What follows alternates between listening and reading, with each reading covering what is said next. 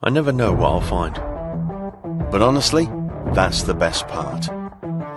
It might be something small, something forgotten, buried in the earth for decades or even centuries. But the second I uncover it, there's a rush, a thrill, because I know I've just brought a piece of the past back to life. Every discovery tells a story. Some are tied to history, others to lost treasure. But it's not just about the find. It's about the moment, that feeling, and sharing it with people who really understand the excitement. That's what makes this more than just a hobby. It's a passion, a connection, a community.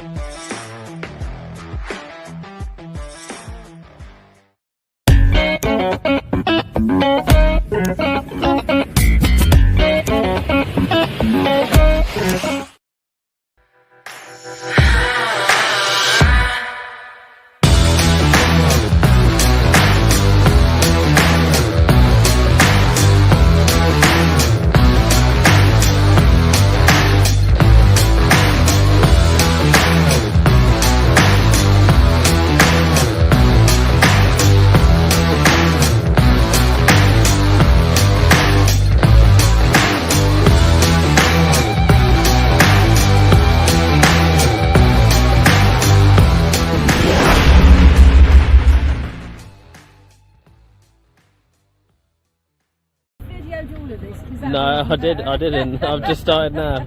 It's Thursday. It's 8 o'clock. And it's the Big Detective Show. Again? And again. Hang on.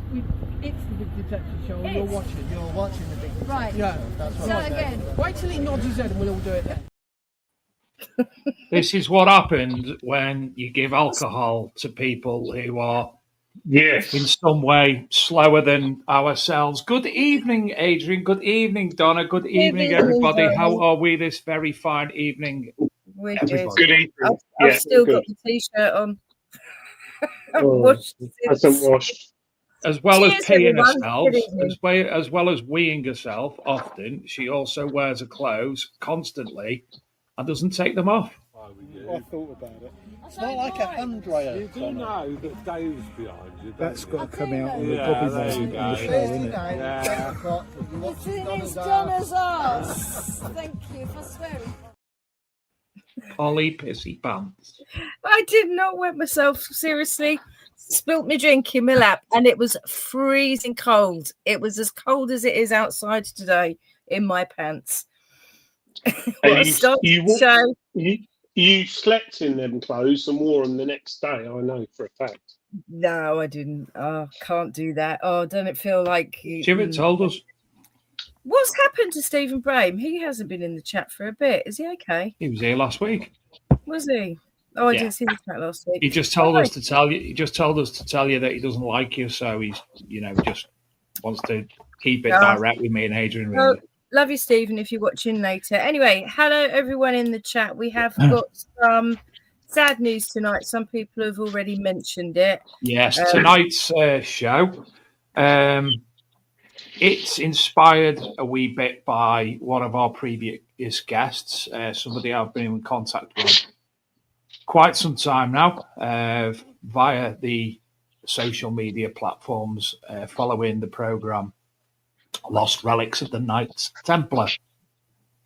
Carl Cookson unfortunately passed away this past week, and he has, I know the Knights Templar history, mythology has never really gone away, but thanks to the program, along with Hamilton White, they've brought it back to prominence, especially in the UK, even though that program has travelled all around the world via the History Channel.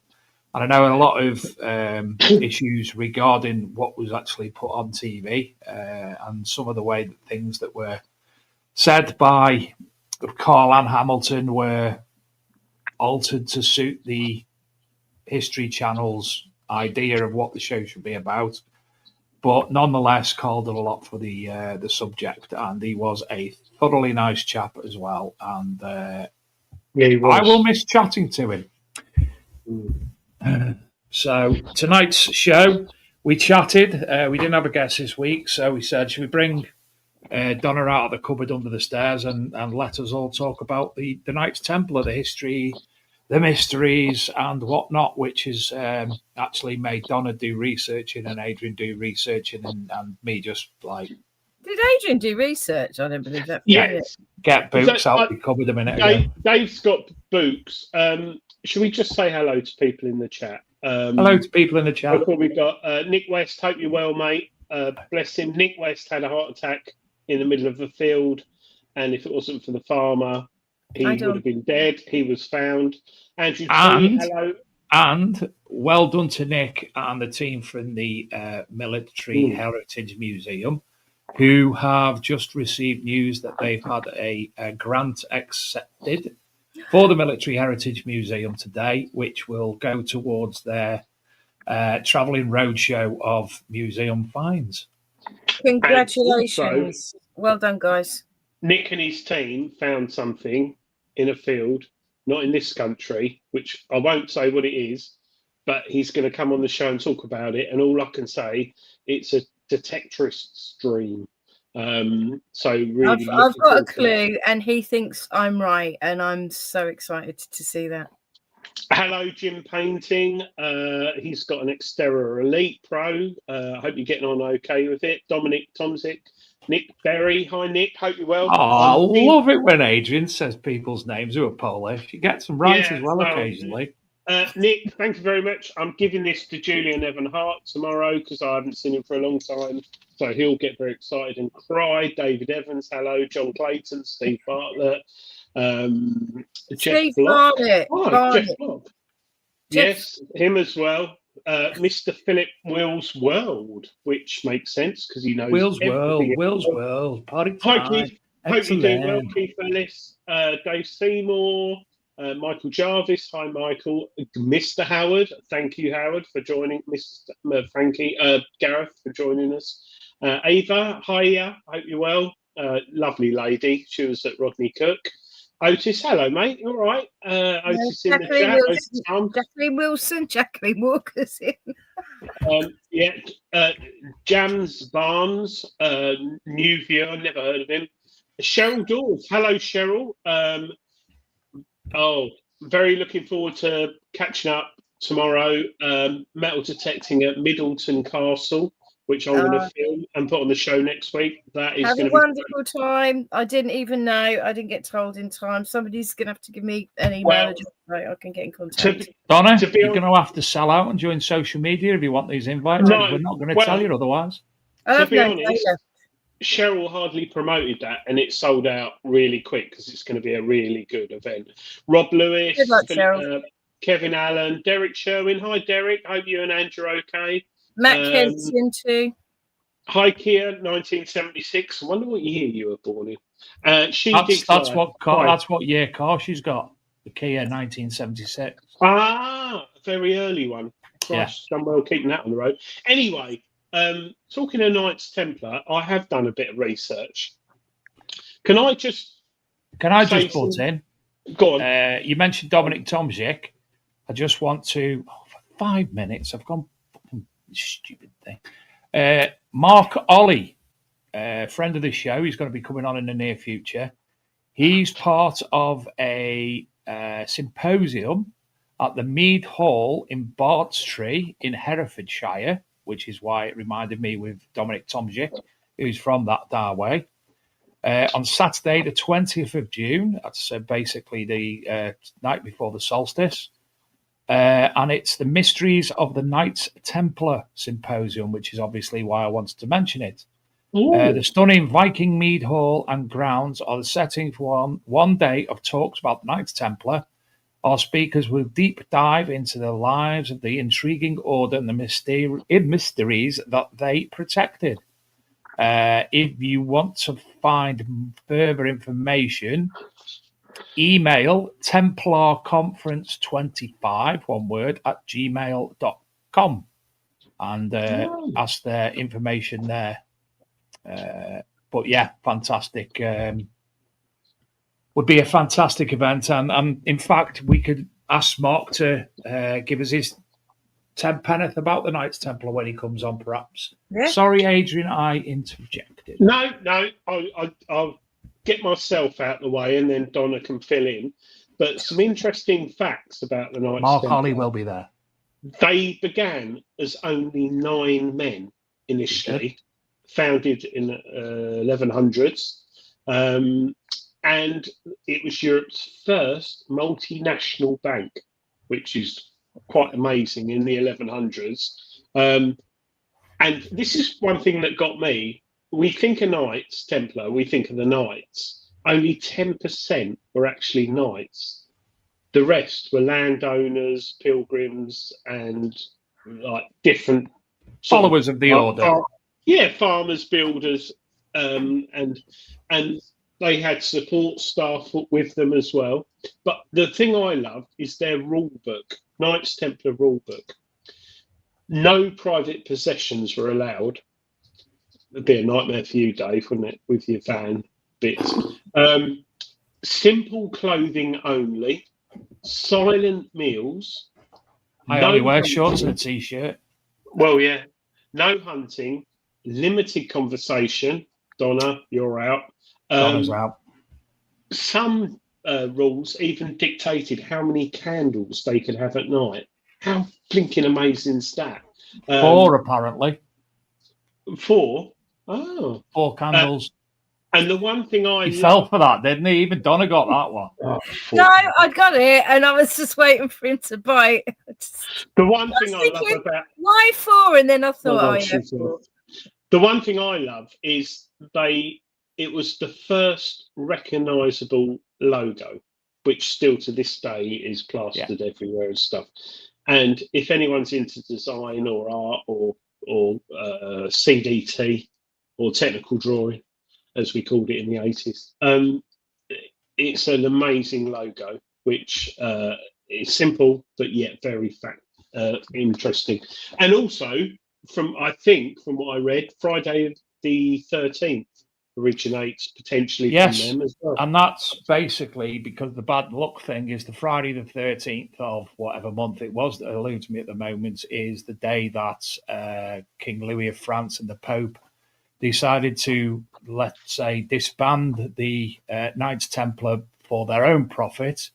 And basically the order was put out to arrest, kill, whatever, take any means necessary, get rid of the Knights Order, the Knights Templar Order.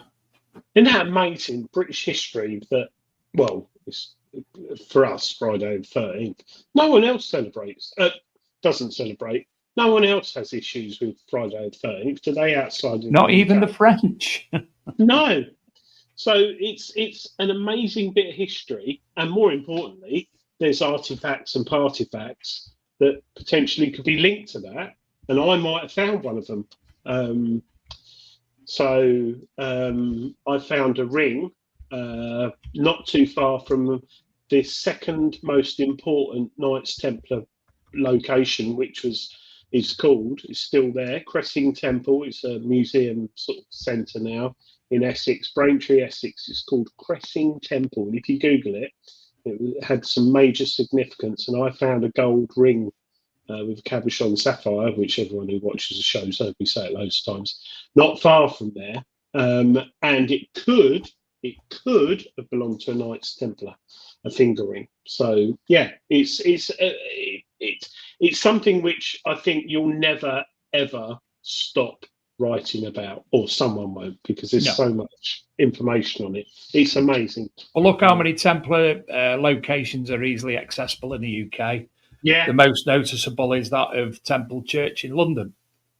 And then thereafter, Roslin Chapel in Scotland, which, if it wasn't for, I was lucky to spend the weekend at Roslin College Hill House, which is the building next door to Roslin Chapel, pre-Dan Brown. And luckily for myself at the time, if you were staying in the residence, you got free access to Roslin Chapel.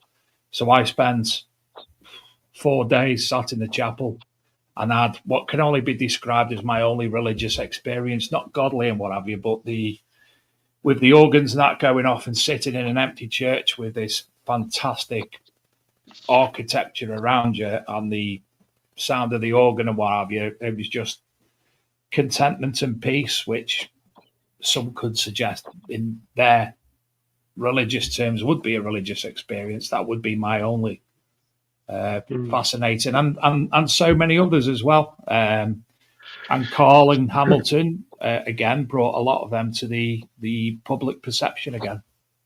Yeah, definitely. Dave, Simon Hadlow has just said was on the other feed was too big for the phone. On our left is the other feed. No. At the start of the show, I said to Adrian, right, we struggled last week because some people who were watching the phone couldn't see it properly. So it gave us the option at the start of the show tonight to have it either landscape or portrait. So I chose to have it in landscape. So if you are watching on your phone in portrait mode, put it in landscape mode and everything should work well. Just like that. Just Did like you that. see what Andrew T's showing off? Because he's met both me and Digger Dawn, and I took his profile picture. I'm sure, Andrew T, that's nothing to write home about. Bless your heart. I love it, by the way. Adrian McStraw. Hi, Adrian. I'm watching you from Villamora having a few pints. Top man, Adrian. Cheers. I'm drinking. Quick draw, you are very sad watching us while you're drinking pints in somewhere that's a word. I'm drinking lemon-infused lager. It's very nice. You're a death cowboy. Wow. Well, it's death of, but it's disappeared. There's the allergens, if anyone's interested. Is it any good, is the question? No, hate it. Awful stuff. Now, when we were talking about, obviously, we asked on social media for anybody with any Templar-related finds to send them in and we'll have a look at them. Unfortunately, can you turn the combined chat on? Certainly. Do forget, thank you for reminding me. I did ask Shane, who had a Templar coin, to send me the images, but unfortunately he doesn't have it anymore. It was a rather stunning Templar coin. Was it a Portuguese moidor? That is not a land in Lord of the Rings. No. Well, it's very funny because things like Moidor, Aragon, they're all Portuguese. They're all Lord of the Rings. There's quite a few connections with names from Portugal and Lord of the Rings. And of course, there are lots and lots of Templar sites in Portugal. In fact, one probably in Aragon. Oh, there is. So, show on YouTube on your TV shows you in portrait via my channel and Skype. You'd have to turn your telly on its side. I've no idea. It's a funny new bloody thing by. We had another one pop up at the start of the show, but I was too late to say it was something about Mars, and I missed that. So I've no idea what Mars is. They keep updating things. They keep twiddling buttons, and then nobody knows. Donna, they don't. For the past 8 weeks, StreamYard, I've had something new, hasn't it, Adrian? Yeah, it's good. Oh, it's not good. Because you can technology. So where are we starting Jim with Painting says there's an area in Kelvedon on the Roman road called Knights Templar, a trade route. Yeah, at the Rodney Cook Memorial. 3 years ago, I believe, there was a Knights Templar site at the top of the fields there, I believe. Yes. Yes, it would have been 3 years ago. Yes. But this is a realm of interest that can go on. I've got 5 books here. Dan Brown's, what was it called? The famous one. Mine's gone blank. Da Vinci Code. A lot of it obviously was Templar related within the book, and that was apparently based on this book, which is one of the most famous, Holy Blood and the Holy Grail, which basically suggests that the Holy Grail itself was nothing a chalice. The chalice being the woman's shaven haven thing. That was the chalice, and therefore the Holy Grail and the Holy Blood was actually Mary Magdalene, if I remember correctly. And the Holy Bloodline is therefore the Holy Grail, meaning that apparently somebody in France claims they've done their genealogy and they are that person, is the, in fact, you'd heir have to a problem with that. You'd have a Sorry? problem with that. But in terms of doing your genealogy and records only go back so far, you would have to you would have to be in a situation where you had a written record, a watertight record handed down from person to person, like in the Da Vinci Code, that says, "Oh, by the way, your bloodline is this." It's not going to be a written, recorded thing. I mean, the Sangrail thing is interesting because Yes. whichever language you look at it in, It means something totally different. No, it doesn't. It means exactly the same thing. No, there's Sangreal or Sangreal. There's two different ways you can read it. If you look at Sangrail, so there's two different words. They both come out as a shallow bowl and blood, which is quite interesting. Even in medieval Latin, even in medieval Latin, they come out exactly the same as they would do in French. And I don't know where the idea of Sangrail comes from. Who originated that? There are a lot of things when you're looking at research where nothing survives. Very few things survive. So why we're talking about the Knights Templar tonight is because Carl Cookson and Hamilton White actually made a television program about the finds that Hamilton had made and put together from the Tomar hoard. So for those of you who don't actually know what we're talking about, I think it was 2022. These two guys came on the show, and the show was called The Relics of the Lost Relics of the Knights Templar. And it's basically after the name of I think it's History Channel TV program that they made about searching for the origins and the relics from a purported hoard found in a place called Tomar, Tomar, in the south of Portugal. And Tomar is way up the River Tejo, and it's so way up the River Tejo and the River Tejo is a massive big river that goes past the port of Lisbon. But it's off a tributary of a tributary, and it's tucked away in a little village quite inland.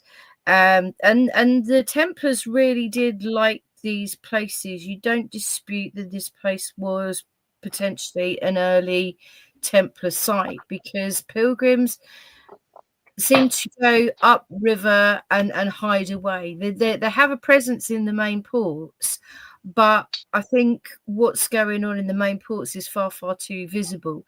Much better have yourself tucked away so people don't really know what's going on. From the beginning, so they started, as Adrian quite rightly said, in 1119. And so if we're looking at artifacts, which is what Hamilton White was accumulating, we can talk about artifacts from what we would call the Norman period and before, right up to the 14th century, early 14th century, when the Templar were basically extinguished. They were banished by decree of Pope Clement II, and I can go into that. But I've got a question mark over the fact that these are potentially the only relics that exist. They're that secret. Relics from that period are fairly rare, but it's very hard for us to search from a basis in the UK, because a lot of the things that we're looking at, or we want to look at to compare and contrast, are going to be in museums in Europe rather than in sort of British museums with the style. Yes, sir. how, as a metal detectorist, would I know if I found an artifact or a partifact that it was linked to the Knights Templar? Well, this is it. The only thing that we're going on with the relics that are in front of you now is the religious symbolism. So there's the symbol that is used, the motif that is used to define the Templar Knights is what is called a cross pate or patty, and it's a cross not unlike the early Iron Cross of the First World War. The difference between the Black Cross, which turned into the Iron Cross, it was the monogram. It was the symbol of the Teutonic Knights, whereas the Red Cross of the same shape on a white background is the symbol of the Knights Templar. But that's really the only way you would know. Templar was so secretive that they left really no trace behind them. They actually, if they left marks, they were very subtle marks engraved, say, in the corner of a fireplace. If you've got a really old house, you might have a cross engraved in the corner of a wooden mantle. That kind of thing. You can barely see it. We've got a pub in Soham that Donna. has, yeah. Adrian's got his hand up, but you can't see him because he's not on the screen. Darling. I can't. I can only see him just on the bottom of the screen. Thank you. Sorry, Donna, to butt in, but this is quite important. So Andrew Taylor has kindly emailed us, and he said on his screen we're like portrait. So if you log out of or close YouTube or go back and go back in again, and this is anyone watching on a tablet or a desktop or your home TV, leave the show, come back in, and we will appear perfect. It was a little glitch at the beginning of the show. Sorry. Speak for yourself. I'm perfect all the time, darling. We're all God's children. Sorry, Donna, whilst I've paused you, I think one of the things you're talking about, the Knights Templar. How would you know? Yeah. This is actually a glitch. Apologies. This Mars I was on about before. It's called multi-aspect ratio streaming, and it should stream. Says stream to YouTube in both formats simultaneously. It counts as 2 destinations, so you're either going to have to find us in the live that version or the live that version. So that would normally be Reels, the portrait, and landscape would be the show normal. Otherwise, I'm unsure. It came up on my phone as 2 separate tabs again, so it'd be 2 separate tabs. Yeah, just go out. If you go back, if you close this down, just shut the show down, go back in. You should go back in live. Just take the tab that you're not in, press the other one, and it should be right. If not, we'll still be live, so you'll miss about 30 seconds max. Donna. I'll give you yes. So you wouldn't necessarily know if you'd found something that was Knights Templar significance, because they didn't leave a trail behind them. As you started out so rightly saying, they were monks. They had to swear an oath of poverty. They weren't allowed to own possessions, so they had nothing apart from, as Hamilton and Carl discussed in their show, apart from if it was for church use, for ceremonial use. So that could be for what is an alleged initiation, or it could be for church service. Yes. But monks don't kill people. No, they were warrior monks, and that didn't really set. Warrior monks. They are warrior monks, and it didn't really sit very well with the church at the time. But funnily enough, there were I did get it, Dave. But funny enough, well, I was doing that because people who were seeing it in small screen, I'm trying to help them. Go in the middle. Go in the middle. Just go in the middle. Really skinny. I fit both ways up. I'm perfectly all right. Sorry, but just one other thing. you mentioned about sea and land and that. They did operate a very powerful fleet of ships. Yes, they did. Yeah. And a lot of people say that once they were disbanded in, what was it, 1300s or something, they actually used those ships to carry the treasure away. From Yeah. how do you pronounce it? Accra or Acre? Acre. They've shipped off from there. It was never seen again. And No. a lot of people They subscribe. didn't know. A lot of people subscribe to the theory it's on Oak Island. Well, those people need a slap because the Oak Island Knights Templar theory was made to add the grandeur to the island because it's nothing there. Anyway, sorry. John Clayton sent you some photos, Dave. I've got a photo of a coin. Oh, is it John from- Clayton? Oh, right. I've got a photo. Right, of a coin I'll forward them to you, Adrian. I thought it was Dominic Tomczyk, but I wasn't. I've got a coin from Dominic Tomczyk. No, it's not Dominic Tomczyk. I've just said it's John Clayton. John Clayton. John, I've got a photo. Adrian's going to bring them up on screen now. Is he? By the WhatsAppery. Ooh. Let's just make sure there's nothing rude there. Yeah. So there might be. No, there isn't. So yes, please speak. Yeah. So basically, the idea of a warrior monk didn't sit well, but it was necessary. So the reason that the Templar were founded in the first place was you'd had the First Crusade, and the First Crusade just came off the back of the fact that the Muslims had been pushed out of Jerusalem. So our knights had conquered Jerusalem.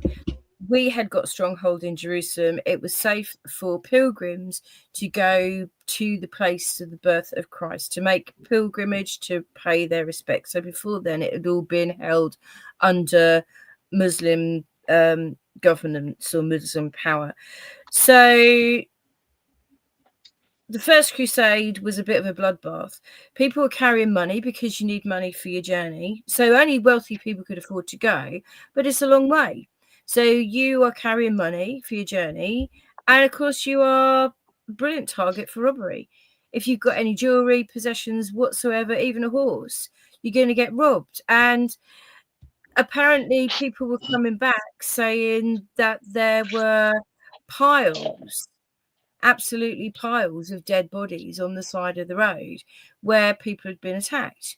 And you daren't stop to bury the dead because if you stopped, you'd get attacked. So it just wasn't safe. So this chap called Hugh de Payne, he went and had a little chat with the guy who was then king of Jerusalem called Baldwin II, and said, look, you know, this isn't good enough. How can we get these people from A to B? You know, if you're willing to support me, I'm willing to set up a holy army, if you like, to protect these people on their way. And it starts out really, really small. It starts out, Adrian quite rightly said, with anywhere from 9 to say 30 people. I think it's a very small number of people to begin with, and then it grows and it grows as the ability to recruit becomes bigger. And basically how the Templar are set up is under the jurisdiction only of the Pope. They are Knights of Christ. So they only, the next person to God is the Pope. They only have to report back to the Pope. They have no other authority over them, no matter which king, whatever. The Pope is in charge. So they get to really do their own thing in the name of God, but they're protecting the pathway. As the Crusades move forward, this is when they really start to go into battle with people like Saladin. They become more, say, warfaring creatures, but we're talking about 200 years worth of the Knights Templar getting stronger, more powerful, and more rich in Europe. Now, they're still not allowed to own possessions, and they are still not allowed to, so they're not allowed to have any adornment to their costume. They wear plain chainmail with a white tunic with a red cross. The red cross resembles the blood of Christ. They obviously have their horses to look after. They have to attend all of the services through the night and day. And Jim rightly says, and I'm getting to that, Jim, but they had to attend all of their services through the day and in their downtime, whereas normal monks would actually read or write and study the scriptures. Our Templar monks went out and played sword fighting and got strong and looked after their horses. Now, as this system grew, they needed funding. Nobility bought into the idea. So we're talking about the 12th century here. If you were a wealthy man and you had sinned and you couldn't be really asked to go and sit and pray all day in the church for your soul to be saved, you didn't really want to go into purgatory. You just shelled out a load of dosh and got somebody else to do the praying for you while you carried on sinning. So they started to acquire wealth through this. And as people died, people thought they were a great idea. They were supporting the Crusades. They were supporting a holy mission. They were supporting the pilgrimage. People left them estates in their wills. They gave them estates. And so the wealth accumulates. Now, it also accumulates, and Jim's brought this up, they get to a point where they are able to take on the responsibility, and it's not too long after they begin, of receiving deposited cash. So they are like Britain. They're like the world's first bank. If you want to go on a pilgrimage, Adrian, you're going to go on a pilgrimage, and you're going to take 20 grand with you to last you to I got that to Jerusalem. That's how much. Oh, sorry, you're saying, for example. Yeah, so you're going on one. No, yours is to the brewery. So you want to go on a pilgrimage, but it's not safe for you to take 20 grand. You're going to have to take it in gold and jewels and all kinds of things. So what you do is you deposit that with your local Templars. And your local Templars say, thank you very much for that. Here is a note, and it's like a check. It's like an actual promise. Credit note. Yeah, it's a credit note. It's a promise of cash. So you can then exchange that credit note when you get to your next destination for actual real money, and you can get another credit note for the balance. And so you go on. So as you travel, instead of carrying your 20 grand, you can pick up 500 quid at every destination you want to stop at and fill up your pockets without making yourself too much of a target. So that minimizes risk. But in this way, obviously, some people don't come back. The Templars still get to hold on to their wealth. They're not necessarily going to give it back. It's probably non-refundable. Go on then, David. And of course, I've lost myself now because you were talking. Can I just say something? Do you know what? Out of all the things I'd love in my hall, and I've only got a small hall, it's not really big, is that helmet. That's very cool. Talking of this helmet, I'm just going to give you a brief overview of. I love talking about helmets. You, Don, I love talking about helmets. I'm not going there. After I like a good helmet. I'm not going there. A helmet, on a stand with a shaft going into the helmet. Yeah, massive shaft, like really got a lot of girth. This is like carry-on metal detecting. If you saw that helmet, it looks scary, doesn't it? Well, this helmet, each of the episodes focuses on a different relic from the first season. The second season, it changed the name from Lost Relics of the Knights Templar, and I can't remember the second season name. This helmet was once actually owned by Heinrich Himmler. The helmet is suspected to be made in the 13th century, is in the style of great helms favoured by medieval knights. Heinrich Himmler may have once owned this helmet, and it is almost identical to one on display at Alte Zughaus Museum in Berlin, named the Dargen helmet. The nice, beautiful, long sword there. Do you want to talk a bit about if I remember correctly, friend of the show and a good friend at events, Anthony Pleece, found a Templar hoard a few years ago. but we won't say any more about that. Anyway, this sword was potentially carried by a Templar Grandmaster who died at the siege of Acre in 1291.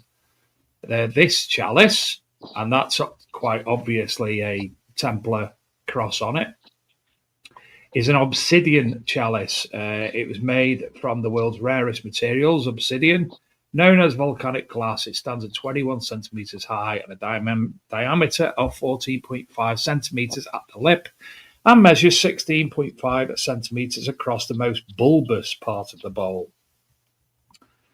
This lovely little piece here, a libation cup, a stunning piece of medieval marble art with carved heads acting as handles, again with a Templar cross on it. And look at that! You'd like the helmet, Adrian. I'd love to put my hands in this box. I tell you, I do love a box, but I like a helmet first. Imagine that helmet inside this box. It's got dirt. No, it's clean. It's the reliquary box, an ornate item possibly made in the 13th century, is 29 centimeters tall. Several characters are depicted on the box, possibly St. George and Jesus Christ, but in monk robes. Can I? Oh, you can butt in, yeah. The only reason I butt in is something quite relevant. Nick West has just put, I have a German helmet that was owned by Lord Haw. So anyone who doesn't know he was Lord, he's mate, wasn't he? He actually, Nick West, you'll crack up at this. He actually was a lodger in the house next door but one to me. And I've spoken to an old lady who's dead now, who watched him being arrested outside the butcher's in Great Baddow. In the Second World War. So, yeah, Lord Haw was a spy. Google it. It's a really interesting story, actually. But, yeah, Lord Haw. And you've got his helmet. There's a lot of helmets on the show tonight. Aren't there? It's believed that the Tomar hoard is stated parts of an actual hoard discovered by treasure hunters looking for Roman items in the early 1960s in Portugal. So there may be other things about as well.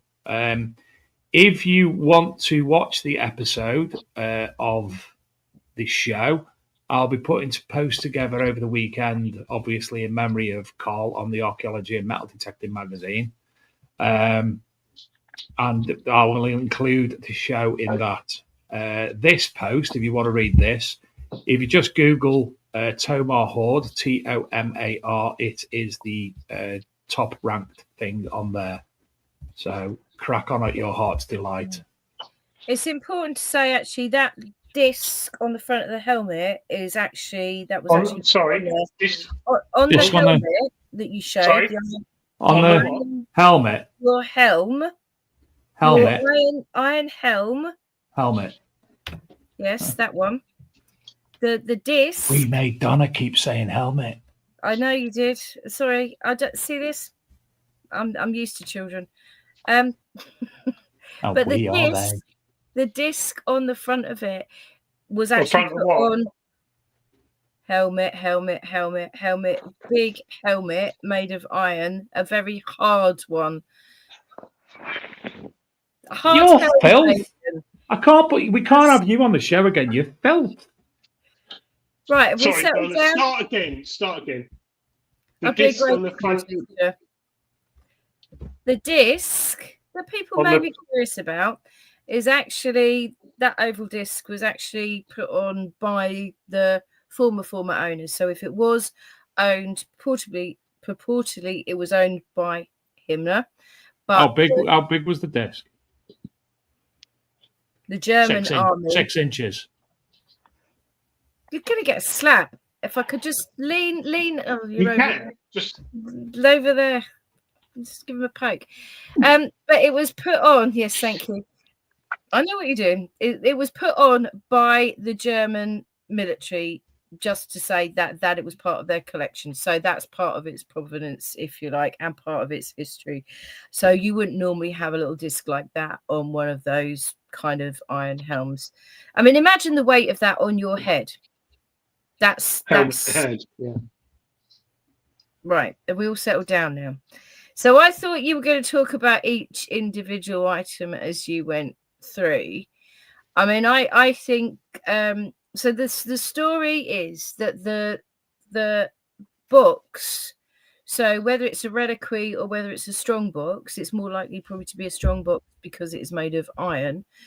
That was the first find that Hamilton made, and what Dave said is right. So group of guys, they were basically digging in what they thought was a Roman cemetery, or they were looking for a Roman cemetery. And as it was, they'd got the wrong side of the river, but they'd stumbled across what was possibly this former Templar castle or stronghold. And they dug up there were actually two hoards, which they believe there were about 30 items between these two hoards, and then they've uncovered more as they've gone on. But this hoard was dispersed because it wasn't treasure. They were looking for treasure. It wasn't treasure. The most they got out of it, they think, was to prize some gold inlay out of one of the obsidian cups.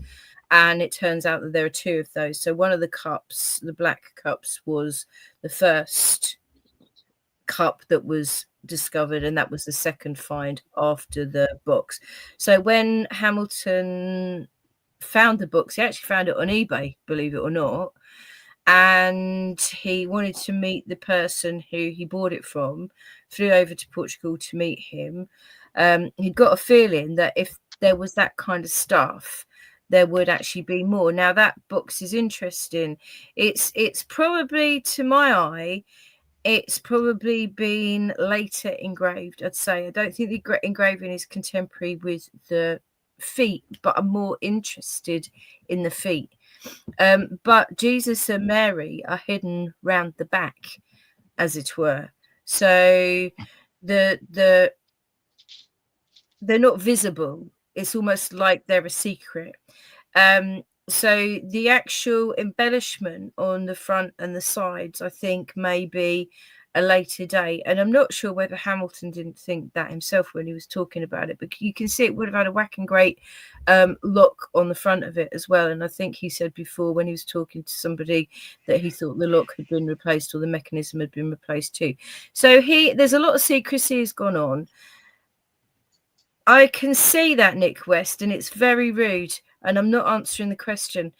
So there's a lot of secrecy around these finds and how they come to light, but he ends up going to Switzerland to track down what is an obsidian cup with what they think or what they believe is an emblem of the Templar Knights on it. It looks I mean, I thought it was the cross patty.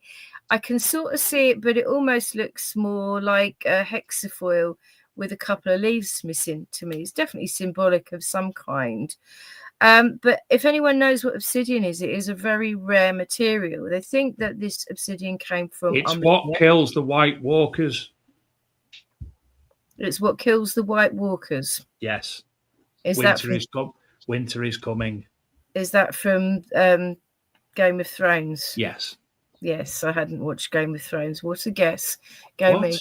What a guess. I thought you and Sir Stuart would have been all over that.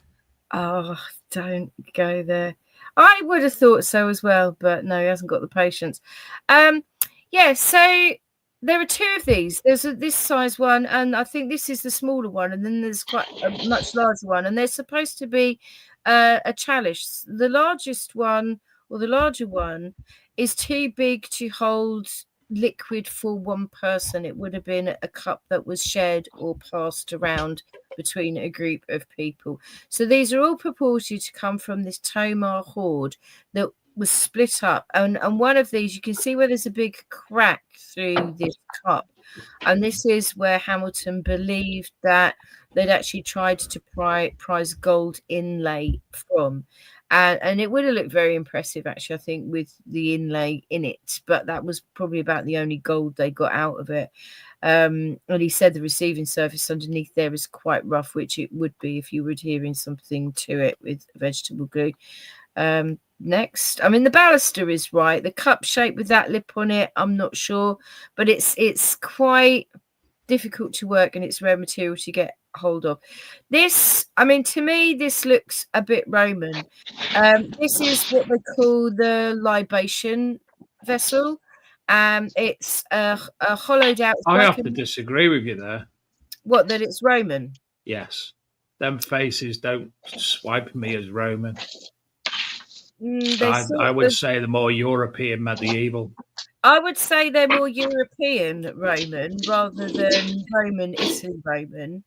But I don't know. I think that the hexagonal base and don't know, but and I mean, as Dean, who's your daddy, says, it actually reminds him of a font. Yes, it is. It's like a miniature font, and it reminds me of very early Roman Christian symbols.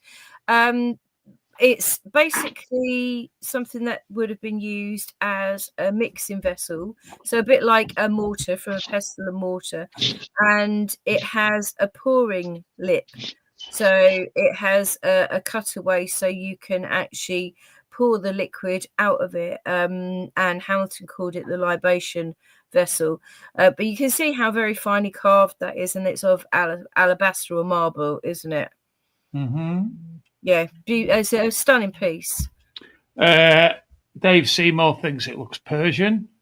Philip Wills thinks it's got an Egyptian beard. Derek Sherman thinks it's a bit of Norse going on in the facial areas. It's interesting what Philip is saying about Egypt, because there were connections between the Templars and Egypt.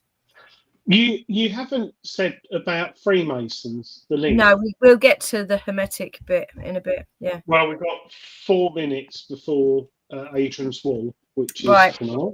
So basically, the Knights Templar become really, really rich. The Tamar Horde may or may not be part of a Templar deposit, but it's scattered far and wide across Europe. And what Carl and Hamilton, and I mean, what tremendously nice guys, they're bringing these materials together to get this conversation, like Dave said at the beginning of the show, to get this conversation going about the Knights Templar.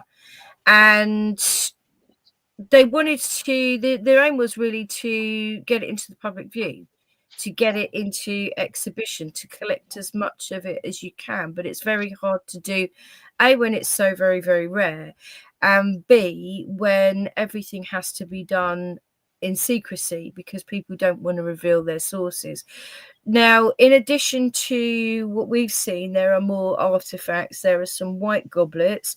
There are also some carved stone heads, which the Templars were known to worship, but I have seen some of the carved heads, and they're not unlike some of the East Anglian monk carvings that we see quite often. But, you know, the problem with that is that a lot of our East Anglian churches were at one time occupied by or had strong Templar connections.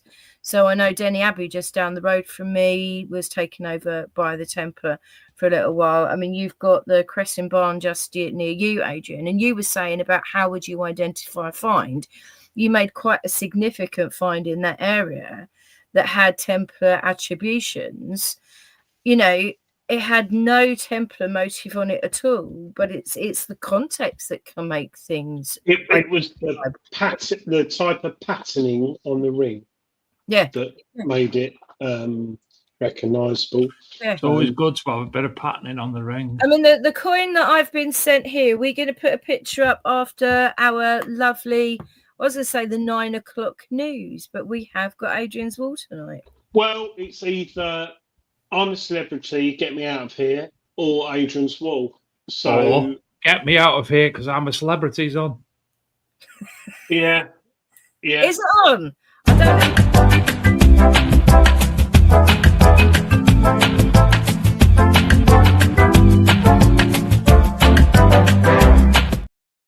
you didn't tell me. You're gonna have to. I know, yeah, I've done it on purpose just to see You if know you were what? ready. I'm getting a ban. Donna's or a block. talking.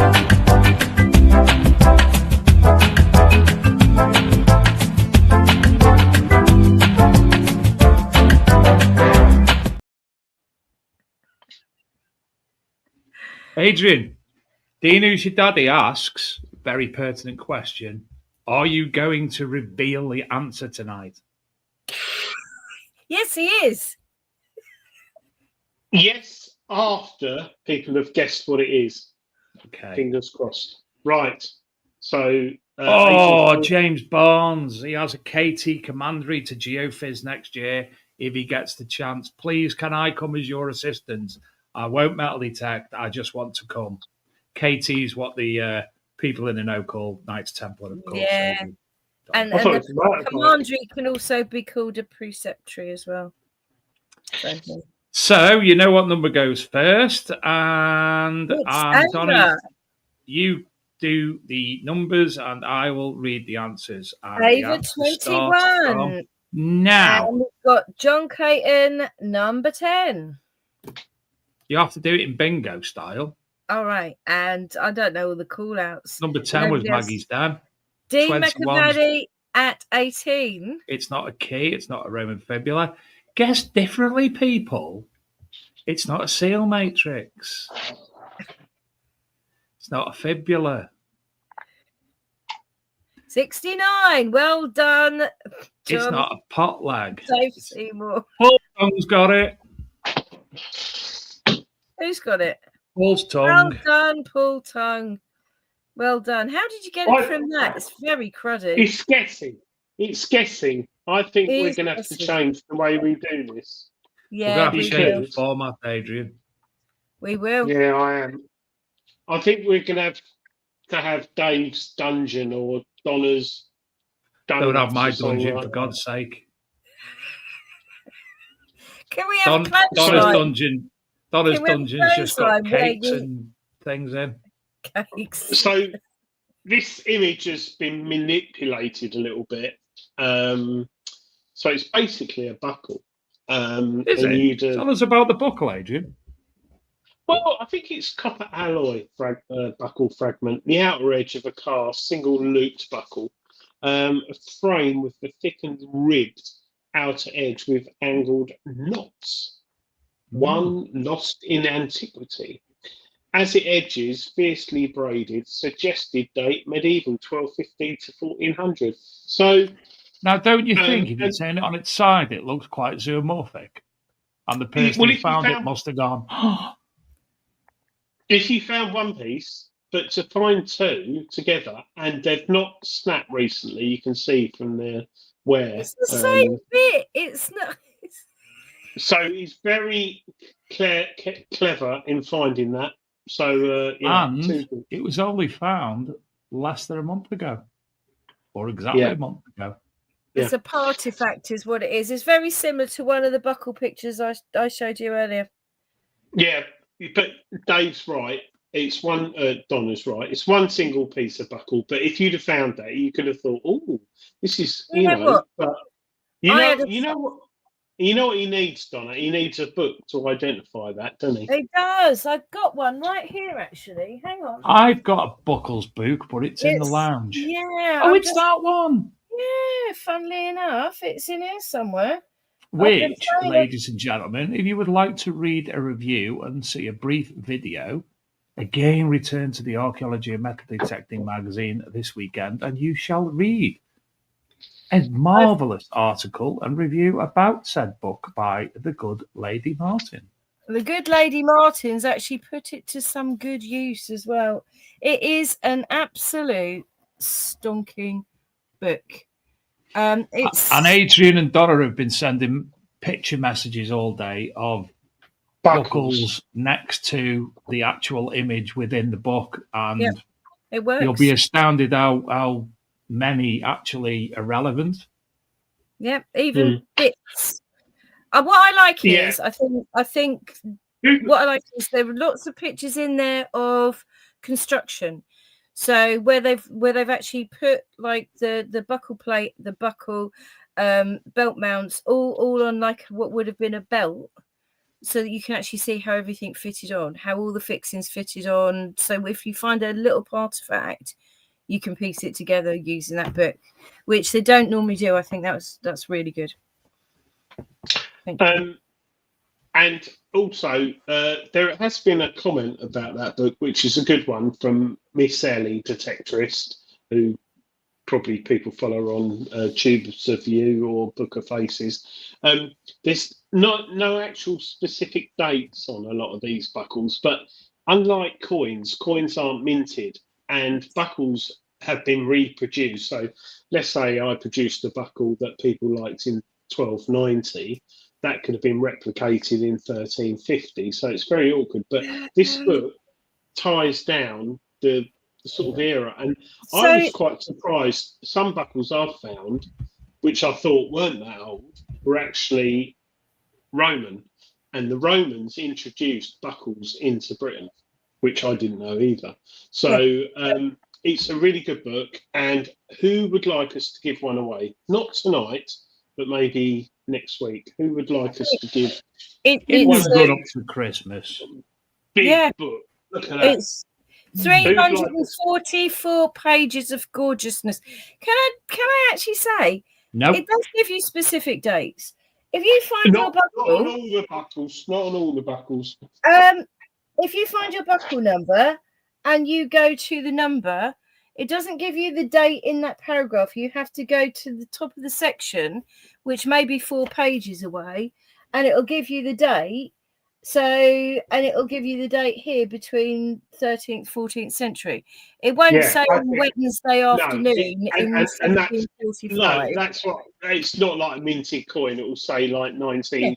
Well, it won't say like 1627 to 1630. It won't say that. If you're taking like a plain spectacle brooch or a single ring, it's hundreds of years. You're talking about maybe 400 years that those are in use. But considering the ever so lovely Mr. Nick West says that over the winter he's working on his next book, and his first one was fantastic about military buttons. I still don't have a detectorist's guide to identifying military and home front badges. Wow, fantastic. Adrian, you were saying before Donna jumps in again. Well, I just said who wants to win it, and I've only had. Paul Tongue said yes. Dave Seymour said yes. Stocky Stocks. Philip Wills. Claire the Hare says, might even be able to give away more than one. I don't know. It's 27 quid, free shipping, greenlightpublishing.com. But it is from the guy who did. Tim said buckles never. Identifying detector finds he did as well, didn't he? Yeah. He's done about 5. He did the thimbles book, he did the hooked clasp ones, and he did.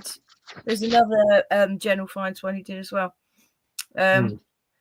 Matt Kent's giving away a meal for 2 with a hairy view, apparently. That's why my uncle got sacked from the bingo hall. Evening, Christian Holloway. It's after 9 o'clock. Sorry, Christian, you've come in at a bad time.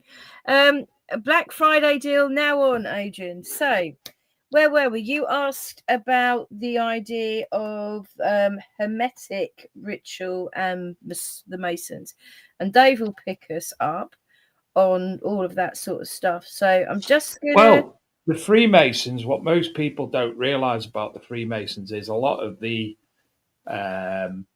culture of the Masons was brought from the ideals of the Knights Templar. Now, again, most people don't know, but when you're actually a member of the Freemasons, which I am, there are multiple other subsections, and I have a permanent invite to be a member of the Knights Templar. So, a good friend of mine. Oh, what's he doing now? He's playing. Yeah. Oh, it's all gone mad. A good friend of mine, Mr. Peter Hancock, who is a Knights Templar. So when you join the Freemasons and you get to your 3rd degree, a good friend of mine's just got his 2nd last week. Won't say who, but he's a viewer of the show. When you are a 3rd degree Mason, you can join to go either or both Royal Arch or can't remember the other one off the top of my head. So they are sort of like your next, that would be your fourth degree in effect. It's not, but it could be classed as your fourth degree. Thereafter, there are hundreds of subsections. You could join the Guild of Toastmasters. That's one of the subsections. The Knights Templars, the St. John Hospitaliers, etc., etc., etc. There's lots and lots. Royal Arch. What's the other one? Can't remember what the other one is. It's going to do me head in that.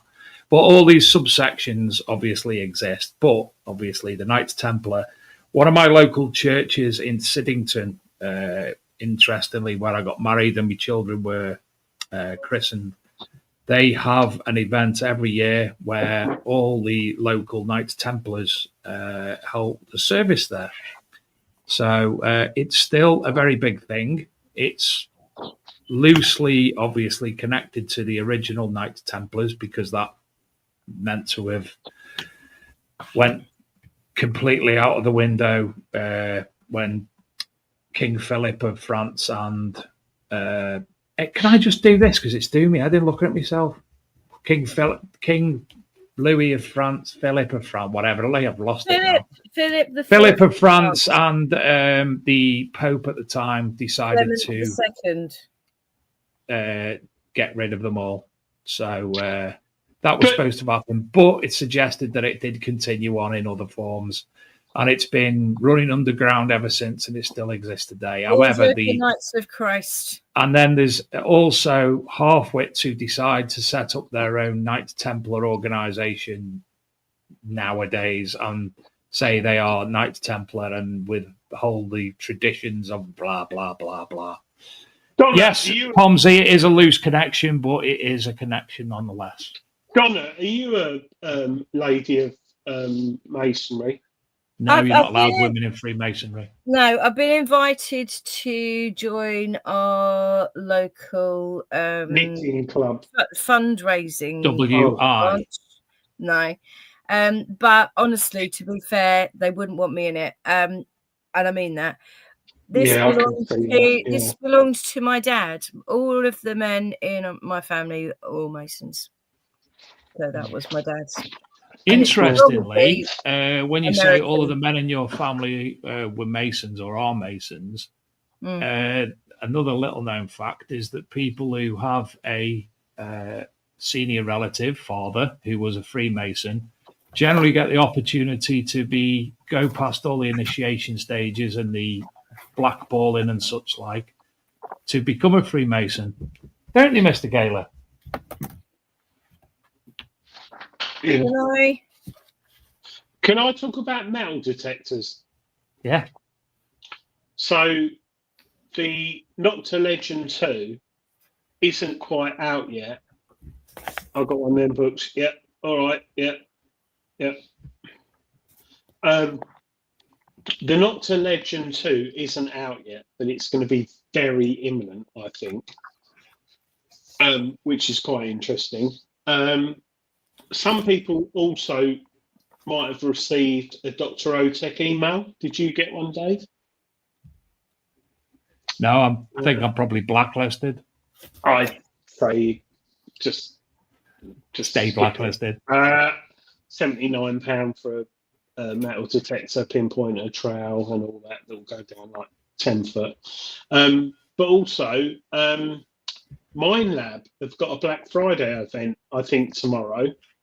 Which, if you've got a few quid or you want a Christmas present, Mine Lab are doing a Black Friday event tomorrow. So if you're looking at getting a Nox 700, 900 or a Manticore, I don't know if it's all the machines. There could be quite a significant saving on those. So keep your eye out. If you're looking at buying a detector, I don't know if this will drill down to the dealers, and this is what I'm quite interested in because we're seeing a lot of manufacturers like Garrett, Mine Lab going direct to people now, and there's been some ridiculous, and I mean ridiculous, discounts from some manufacturers selling direct. So I'll be interested to see what happens tomorrow on machines. But so we got that. And there was another thing I was going to talk about, but I've forgotten what it was. Oh, sorry, go on. No, There's go a on. new Andy Sabish book out. Yeah. Manticore. For a little while, yeah, the Manticore one. Yeah. Where's the Days 2 one? No Days 2 one. Child machine, he said. Who said that? What? He, I remember when he slated the, I think it was the Nocta Legend when it came. No, was it? Yeah, it was. No, he wrote a book on the Legend. He did in the end, but Yeah. he slated it and said, "Oh, it's not a reliable machine. It's inconsistent, all that." And then about a week later, he brought out a video saying how good it was. But yeah, I just wonder how many people are going to end up getting very confused with their machines when they start. Right, Stocky Stocks Days 2 rules. Yes, we do have a look. I've just had a nice. Good I've just had Friday a nice questions. message off Hamilton White. Hi, He's Hamilton. obviously. How I've you doing? just told him we were doing a show tonight with Carl in mind, and obviously it's a shock to his system still. And also he has offered to come on the show sometime in the near future. There's a lot been going on below the radar regarding the relics and such like. So Hamilton has offered to come back on the show in the future, but I've told him for now, go away, clear your head. You know, don't want to rush or anything. So maybe early next year we can get Hamilton on the show. And he's a very interesting person nonetheless. It's awful when you lose a friend, and especially somebody that you work closely with. And obviously, you know, I don't know about Dave, but we didn't know him personally. I'm still alive, mate. Carl seemed, Oh, right. I don't know how well you knew him, but Carl honestly seemed like a really nice, genuine guy and you obviously meant a lot to each other. You know, you can't go and do TV when you're doing TV work. There is so much downtime. You can't exist in that world if you're not really good friends. Carl was a proper working man who made exceptionally good for himself. Yeah. He worked very hard to get to the position he got to in life, and you know, all credit. It sounds like you two guys had a lot of fun, and I tell you what, it was one of the best shows we've done, actually. If you can find people in your lives, even if you have them in your lives for a short amount of time, that you have that much fun with, you know, that then you're blessed, and you know, you were blessed. There's a lot of people a lot closer to him than I was. A hell of a lot closer to him than I was. I know Derek Gibbon. He had lots of conversations himself with Carl. Got on brilliantly with him. Stocky Stocks again. Spoke to him via Messenger. John Clayton as well. So you know, there's a lot of people who and these are people who are in a different world to us. You know, they are out there doing the touring the world, looking for all the information, bringing us all the relevant information about the Tomar Horde, the Knights Templar, etc., etc. But they still were down to earth enough, still, Hamilton still, and Carl, to communicate with each and every one of us. And you know, they've touched a lot of people through the show and personally via Messenger and such like. He was extremely gracious as well. You'd give him a review or something, or a write-up or an introduction, and he was so gracious. He could have been a knob about it, and you know, he was just so gracious. That was so sweet. Nice guys. So somebody, I'm going to find it and read it out. Somebody put something on about Hamilton on a post the other day, and he said he's been called many things, but it's not a new one. Somebody called him he was pal with the antique collecting kebab madman. And probably sums him up. Turkish, but yeah. He's currently wild camping. He's got away for a couple of days. He's wild camping. He's got beer and crisps and forgot to bring any more food. It sounds like he'll have to go proper wild and catch. That's like something me and Adrian would do as well. Yeah. Well, Carl, I think going back to Carl, when he came on the show, it was really interesting because not only was he interested in like researching the Knights Templar, but he loved cars. And I know when he was on the show, we were talking. He had a white Lamborghini Countach. Your little face. And I got very excited. And then he showed us some pictures. He had a barn full of artifacts and, I mean, the stuff he had in there, Dave. Do you remember? It was a live stream. It was Hamilton who had the artifacts, and it was Carl who had the big industrial type building with all his cars in. You know, what's his name? Richard Hammond's got his cars in them. Yeah, cubes. But he had a Ford, an original Ford GT40. And motorbikes, all sorts. But then I said, "Oh, it's lovely." He said, "Oh, that's one of them." He had 2 Ford GT40s, original Ford GT40s, and I can remember I was just like, "Wow!" And he loved these. I think he lived life to the full. And both of them on the show were really good guests, and I look forward to having the kebab man back on. The antique dealing kebab madman. Yeah, there's no pretense there. Yeah, none at all. But Donna, going back to metal detectors, are you excited about the XP stereo upgrade? I think it'll be. Whoa! Same words.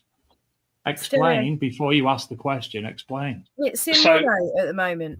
We only hear it. Although you've got 2 headphones, you only get mono. You're not getting a balance between your ears. Is this that big announcement the other week? They said there's a big announcement coming, the XP. Is that the announcement is you going from... But more importantly, historically, the best way to hear sound is from mono. Mm-hmm. So to hear good signal, bad signal, iron, I'm really excited about this because... Philip says got to be mono. Derek Sherwin said, pretty sure that Carl also had an Aston Martin Vanquish. Yes, I think he did. Oh. But going back to this stereo, do you think it's going to be confusing? No, but I've just written an article for next month's Treasure Hunting magazine on hearing, right? So, without going into too much detail, when we get older, our hearing drops, right? And our hearing doesn't drop on the low tone or the mid tone; it drops on the high tone. So the high tone is what we hear when we're metal detecting. So over the age of 50, your hearing naturally drops. Naturally, however, if you've been subject to shotguns being fired over your head like my dad used to do, never wore ear defenders, letting off air bombs 3 foot away. Loud music. Loud music pre the Apple thing that says, or Android, you're playing this too loud, you can damage your hearing. Going to raves, rock concerts where you stand right next to the speaker and find it funny that your whole insides are gurgling away. We all suffer with hearing loss. So if we're going to have stereo and we've got slight hearing loss in one ear, are we going to be able to switch? Do you get what I'm saying? You might completely lose, because if it's anything like when you're listening to stereo headphones, they do this. Stocky Stocks has just said, Adrian, how can I subscribe to Treasure Hunting magazine? And I'm actually in the process of sorting it for him. So actually, Stocky Stocks, I've got, if you and anyone watching, I've got a cracking deal. I can't shout about it. Yes, playing drums for 35 years. Stocky Stocks, anyone who isn't subscribed to Treasure Hunting magazine, I'm not using a big detecting show for marketing, but if you email me, Adrian, ADRIAN, at treasurehunting.co.uk, that's ADRIAN at treasurehunting.co.uk. Not ADRAIN. No, not a drain, Adrian. Email me at treasurehunting.co.uk if you want to subscribe for a year. It's cheaper and you get it delivered to your door. You haven't got to go to newsagents. I can actually get you a free gift worth tens of pounds. Tens of pounds. Just a pound. I'm not going to say what it is, but it is something which every metal They're detector clearing the wants to stationery have. cupboard out again. Don't buy it, Stocky Stocks. You just end up with a box of Staples. No, Donna, Yeah. I'm actually at Cheryl Dawes dig this weekend. I'm going to be I'm pushing not. that. I'm not Cheryl's dig this weekend. No, you're not, but that's because you're not in the know. But if you want a subscription, email me at Adrian@treasurehunting. I'll send you a code which will enable you to get a really, really good free gift worth tens of pounds, which will be delivered with your first copy. That's very exciting. Yeah. It is. It's actually. I can't get my head around how we're making money out of it, but print's not cheap. Because you are the biggest metal detecting magazine in the world. Yeah, we are. Selling, and also Anglo-Celtic gave Treasure Hunting a massive shout out this week because Jules identified a Viking strap end, Viking stirrup mount that he found. And I thought that's weird that he didn't know what that is. But of course, they are very East Anglian, aren't they? Viking stirrup mounts. You don't find a lot of them north and west. Adrian, I've just sent you a text message. Read it and you'll go,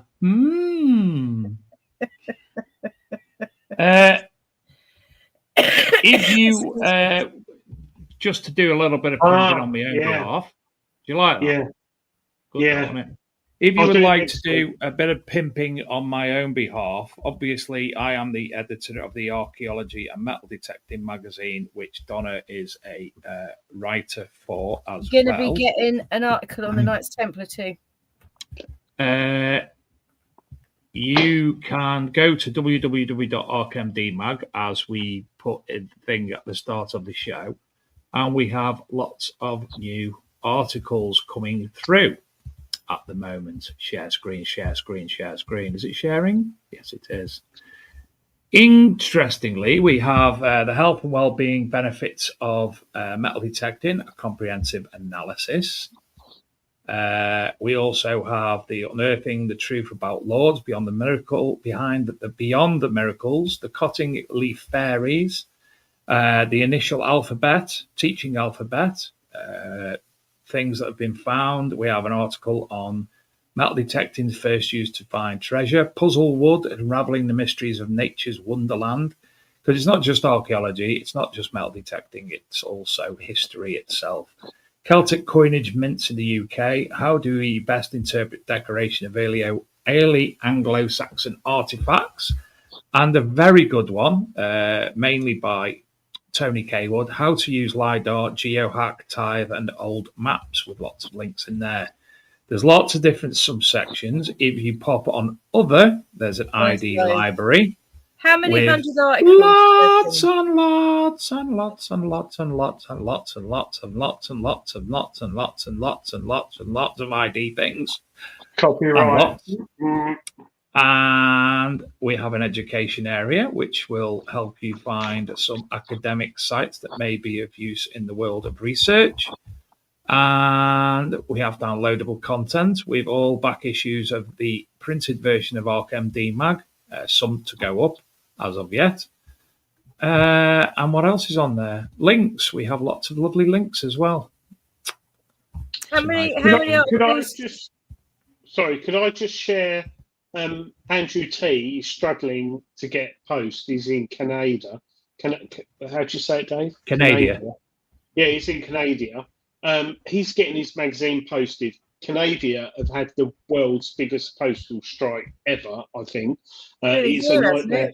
If he goes to greenlightpublishing.com and there's all the subscriptions, if he looks at the bottom, there's a picture there, and clicks on digital magazines, he can get the digital magazine sent to him for every month for $27.99. So for the year. For the year. So what's that? £2? It's like half price. Less. That's on sale, isn't it? By the looks of it. No, Thanksgiving sale. That. And there he is, Steve Pettican. Look, there he is.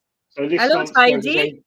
Hello, so Tidy. yeah, Just thought I'd Gareth Howard share that said with the mental health benefits of metal detecting. What can I say? It keeps me out of my mum's loft.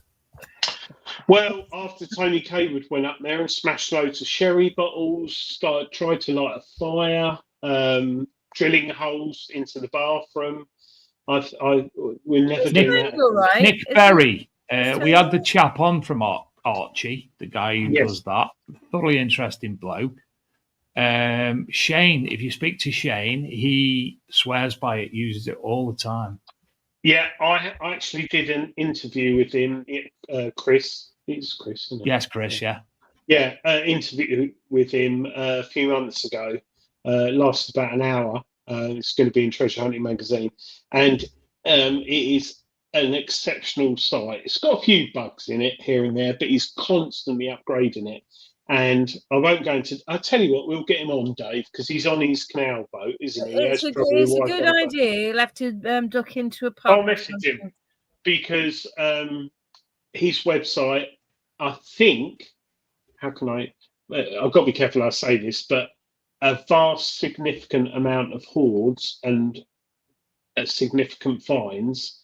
The finders have used his website, so it's Archie.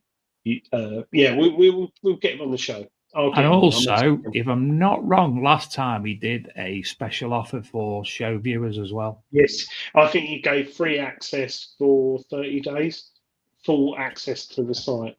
So, yeah, a lot of people in the hobby don't know about it. He advertises in Treasure Hunting magazine.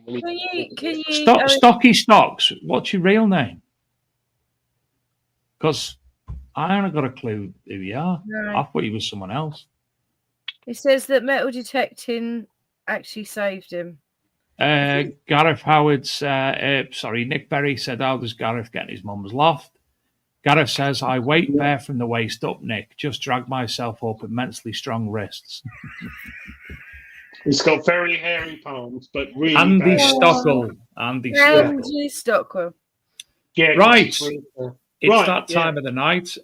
We have currently one guest lined up for the coming weeks. Waiting for confirmation on that, and that will be probably one of our biggest viewed shows ever. But we are awaiting the confirmation of that, let's say. Other than that, we are currently looking for guests. If you'd like to join us on the show to I've chat got crap, loads of people please. I've got to get back to. Yeah, Donna's supposed to be sorting loads of guests out, but does she do it? No. All she does is sit there pickling bloody gherkins, knitting, making jam, making chutney. Victorious sponge to the right dimension with the right amount of cream and the right amount of raspberry jam. See, I know me. Anyway. Yes, If anyone wants to know more, Tom, by the way. Tom Pizarek. We will be speaking to Tom. What? Yes. If anyone wants to know more about the Knights Templar, based on what I've been researching, there's probably stuff on RKMD magazine. I will call it something else. But Google Tomar Horde, and you will read all about the items from the show. And we will and follow there will be another on from this in an article. And I will also, there will be something going on this weekend, a memorial to Carl in written form, which will say more about the show, more about what Carl did, and also include the full episode of the where Carl and Hamilton were on the show. Rest in peace, Carl. Thank you, everybody. And also... thank you to East of England Rallies for inviting me this weekend to here. Look at that. I'm staying there, and I'm protecting around those grounds. So thank you very much to Cheryl Dawes. And if anyone's there, come and say hello. And I won't be there. If you are there and you've got your spade with you, obviously get him in the shins. He likes it. I got chin pads. Have a good week, everybody. She won't even stop working now. Go ask Adrian for a selfie, and can you show him everything you've ever found that you've got a picture of on your phone if you are at the dig this weekend, please? Or you could drink with me. Oh, Matt Kent, he worked in Middleton a few years ago. Save that for next week. Right. Right. Have a good and I week, am a everybody. lady, Mr. James. Love you loads. Stay in school. Don't do drugs. Good night, everyone. You're all Love God's children.